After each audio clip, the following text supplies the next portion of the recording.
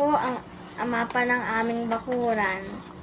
Ito po ang aming bahay.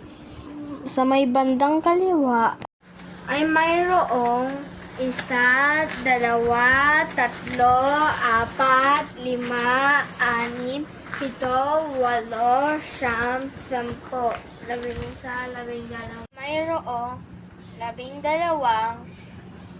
hakbang, tsaka makikita po yung puno ng atis.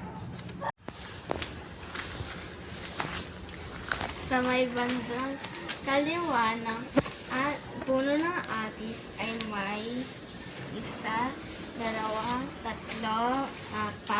5 hakbang makita ang puno ng chiko. May bandang kanan ng puno ng chiko ay may 1, 2 hakbang makikita ang puno ng atis. Sa may bandang kaliwa ng atis ay may 1, 2, 3 hakbang makikita ang puno ng chiko. So, pag ikaw ay dumiretso, may 1, 2, 3, 3 hakbang ay makikita ang puno ng santol.